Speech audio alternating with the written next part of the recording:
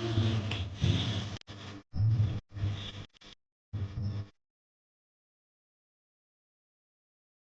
சாந்தி.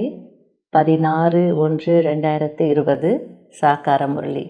இன்று பாபா கூறுகிறார், இனிமையான குழந்தைகளே, நீங்கள் உங்களுடைய யோக பலத்தின் மூலம் தூய்மையாகி தூய்மையான உலகத்தை உருவாக்க வேண்டும். இதுதான் உங்களுடைய சேவை. கேள்வி: தேவி தேவதா தர்மத்தின் எந்த ஒரு சிறப்பம்சம் பாடப்பட்டிருக்கிறது? பதில்: தேவி தேவதா தர்மம்தான் மிகவும் சுகம் கொடுக்கக்கூடியது. அங்கு துக்கத்தின் பெயர் அடையாளம் இருப்பதில்லை. குழந்தைகளாகிய நீங்கள் 3/4 பங்கு சுகத்தை அடைகிறீர்கள். ஒருவேளை பாதி சுகம் பாதி துக்கமாக இருந்தது என்றால் அதில் ஆனந்தமே இருக்காது. அடுத்தது முரளியில் பாபா கூறுகிறார், பகவான் வாக்கு: எந்த ஒரு மனிதனையும் பகவான் என்று சொல்ல முடியாது, தேவதைகளையும் பகவான் என்று சொல்ல முடியாது. பகவான் ஒரு நிராகாரமானவர். அவருக்கு எந்த ஒரு சாக்கார சரீரமோ அல்லது ஆகார ரூபமும் கிடையாது. சூக்ஷ்ம வதனத்தில் வசிக்கக்கூடியவர்களுக்கு சூக்ஷ்ம ஆகார ரூபம் இருக்கிறது. ஆகையால் அந்த உலகத்திற்கு சூக்ஷ்ம வதனம் என்று சொல்லப்படுகிறது. இங்கு சாக்கார மனித உடல் இருக்கிறது. ஆகையால் இந்த உலகத்திற்கு ஸ்தூல வதனம் என்று சொல்லப்படுகிறது. சூக்ஷ்ம வதனத்தில் இந்த ஸ்தூல பஞ்ச தத்துவங்களால் ஆன சரீரம் இருப்பதில்லை. இந்த மனித உடல் பஞ்ச பூதங்களால் ஆகியிருக்கிறது. ஆகையால் இதனை மண் பொம்மை என்று சொல்கிறார்கள். தேவதா தர்மத்தினரும் மனிதர்கள்தான். ஆனால் அவர்களை தெய்வீக குணங்களுடைய மனிதர்கள் என்று சொல்வார்கள். சிவபாபாவிடமிருந்து அந்த தெய்வீக குணங்களை அடைந்தார்கள். தெய்வீக குணங்களுள்ள மனிதர்களுக்கும் அசுர குணங்கள் உள்ள மனிதர்களுக்கும் எவ்வளவு வித்தியாசம் இருக்கிறது. மற்றபடி சத்யுகம் எங்கேயோ மேலே மூலவத்தனத்திலேயோ அல்லது சூக்ஷ்ம வதனத்திலேயோ இருப்பதில்லை. குழந்தைகளாகிய உங்களுக்கு தெரியும், அது சிவபாபாவால் ஸ்தாபனை செய்யப்பட்ட சிவாலயம் என்று. எப்பொழுது ஸ்தாபனை செய்தார்? சங்கமத்தில். இது புருஷோத்தம யுகம். இப்பொழுது இந்த உலகம் தூய்மையற்ற தமோ பிரதான உலகமாக இருக்கிறது. புதிய உலகத்தை சத்தோ பிரதானமான உலகம் என்று சொல்லப்படுகிறது. பிறகு இதே உலகம் எப்பொழுது பழையதாக மாறிவிடுகிறதோ அப்பொழுது அதனை தமோ பிரதான உலகம் என்று சொல்லப்படுகிறது. பிறகு சத்தோ பிரதானமாக எப்படி மாறும்?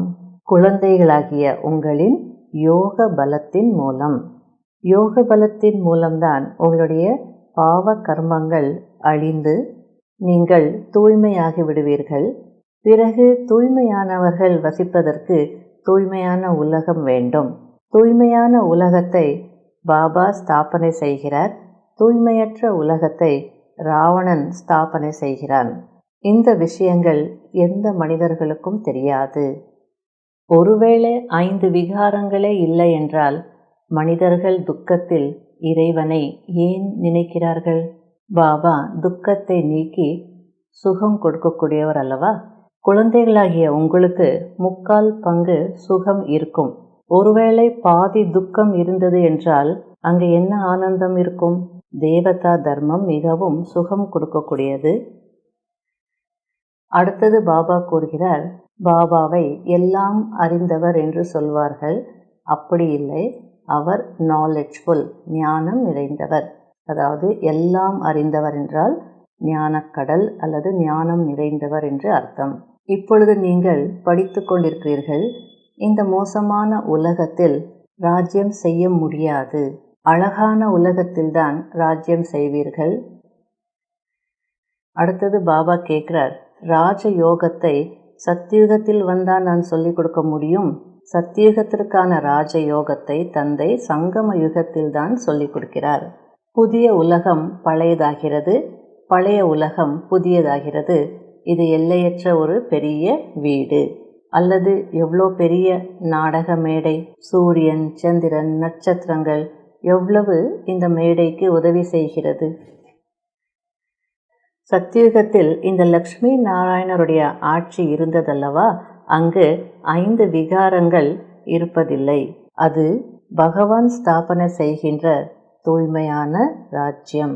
இறைவன் தூய்மையான ராஜ்யத்தை ஸ்தாபனை செய்வாரா என்ன? சத்யுகத்தில் ஒருவேளை தூய்மையற்ற விஷயங்கள் இருந்தது என்றால் அங்கேயும் என்னை அழைப்பார்கள்தானே? ஆனால் அங்கு யாரும் என்னை அழைப்பதில்லை. சுகத்தில் யாரும் என்னை நினைப்பதும் இல்லை. பாபா கூறுகிறார், இந்த பழைய உலகம் இப்பொழுது முடியப் போகிறது. இந்த மகாபாரத போரில் அனைத்தும் அழியப் போகிறது. அழிவு காலத்தில் விபரீதமான புத்தி என்று எழுதி வைத்திருக்கிறார்கள். நீங்கள் உண்மையான வழிகாட்டிகள், அனைவருக்கும் முக்தி தாமத்திற்கான வழியை சொல்கிறீர்கள். அது ஆத்மாக்களின் வீடு, சாந்தி தாமம். இது துக்க உலகம். இப்பொழுது பாபா கூறுகிறார், இந்த துக்க உலகத்தை பார்த்து கொண்டிருந்தாலும் அதனை மறந்துவிடுங்கள். ஈஸ்வரன் ராஜ்யத்தை ஸ்தாபனை செய்கிறார், ஆனால் சுயம் அவர் ராஜ்யம் செய்வதில்லை. ஆகையால் அவர் சுயநலமற்ற சேவை செய்கிறார். உயர்ந்ததிலே உயர்ந்த பகவான் தான் அனைத்து ஆத்மாக்களின் தந்தையாக இருக்கிறார். பாபா என்று சொல்லும் பொழுதே குஷியின் பாதரசம் ஏற வேண்டும். அத்தீந்திரிய சுகம் உங்களுடைய கடைசி நிலையின் மகிமையாகும். ஆகையால் பாபா கூறுகிறார், நாள் முழுவதும் இந்த நல்ல உணர்வுகளில் இருக்க வேண்டும். ஆஹா பாபா, எப்படி இருந்த எங்களை நீங்கள் எப்படி மாற்றி இருக்கிறீர்கள், எப்படி ஆக்கி இருக்கிறீர்கள்.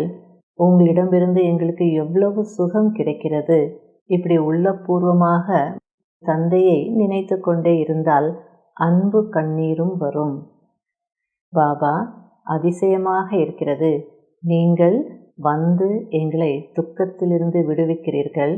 விஷ கடலிலிருந்து பார்க்கடலுக்கு அழைத்து செல்கிறீர்கள் என்று நாள் முழுவதும் இந்த உணர்வுகளில் இருக்க வேண்டும். அதே ஒரு நல்ல ஃபீலிங் இருக்க வேண்டும்.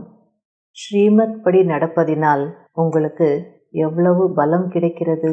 ஆனால் மாயாவும் லேசானதல்ல. நடந்து சென்று கொண்டிருக்கும் போதே ஏமாற்றி விடுகிறது. யார் நன்றாக சேவை செய்கிறார்களோ அவர்கள் மிகவும் செல்வந்தர்களாக ஆகுகிறார்கள். பாபா கூறுகிறார், குழந்தைகளே, சதோ பிரதானமாக ஆக வேண்டுமென்றால் போகும்போது வரும்போது உணவு உண்ணும் போது என்னை நினைவு செய்யுங்கள். நான் உங்களை உலகத்திற்கே எஜமானர்களாக ஆக்குகிறேன். என்னை நினைக்க மாட்டீர்களா? நிறைய பேருக்கு மாயாவின் புயல் அடிக்கிறது. பாபா புரிய வைக்கிறார், இப்படிதான் இருக்கும். மாயையின் புயல்கள் அடிக்கத்தான் செய்யும். இது கூட டிராமாவில் நிச்சயிக்கப்பட்டிருக்கிறது. ஆனால் அதே நேரத்தில் சொர்க்கத்தின் ஸ்தாபனை கூட நிச்சயிக்கப்பட்டிருக்கிறது. கண்டிப்பாக சொர்க்கமும் ஸ்தாபனை ஆகும். இந்த நேரத்தில் மாயை அனைவரையும் ஏப்ரல் ஃபூலாக மாற்றியிருக்கிறது. பாபா வந்து அழகானவர்களாக மாற்றுகிறார். கடைபிடிக்க வேண்டிய முக்கியமான சாராம்சம். முதல் பாயிண்ட், தந்தைக்கு சமமாக அன்பு கடல் ஆக வேண்டும். ஒருபோதும் யாருக்கும் துக்கம் கொடுக்கக்கூடாது. கடுமையான வார்த்தைகள் பேசக்கூடாது. கெட்ட பழக்கங்களை நீக்கிவிட வேண்டும். 2வது பாயிண்ட், பாபாவிடம் இனிமேலும் இனிமையான விஷயங்களை பேசியபடி, அதாவது ஆஹா பாபா, நீங்கள் எப்படி இருந்த எங்களை எப்படி ஆக்கியிருக்கிறீர்கள். நீங்கள் எங்களுக்கு எவ்வளவு சுகம் கொடுத்திருக்கிறீர்கள். பாபா, நீங்கள் பார்க்கடலிற்கு அழைத்து செல்கிறீர்கள். இந்த ஃபீலிங்கில் இருக்க வேண்டும். நாள் முழுவதும் பாபா பாபா என்று பாபாவின் நினைவிருக்க வேண்டும். வரதானம், தன்னுடைய ஒவ்வொரு கர்மம் மற்றும் சிறப்பம்சம் மூலம் வள்ளலின் பக்கம் சைகை காண்பிக்கக்கூடிய உண்மையான சேவாதாரி ஆகுங்கள். உண்மையான சேவாதாரி எந்த ஆத்மாவுக்காவது உதவி செய்து அவர்களை தன் வசம் வைத்து கொள்ள மாட்டார்கள். அவர்கள் அனைவருடைய தொடர்பையும் பாபாவுடன் ஏற்படுத்துவார்கள். அவர்களுடைய ஒவ்வொரு வார்த்தையும் பாபாவை நினைவுபடுத்தக்கூடியதாக இருக்கும். அவர்களுடைய ஒவ்வொரு கர்மத்தின் மூலம் பாபா தென்படுவார்.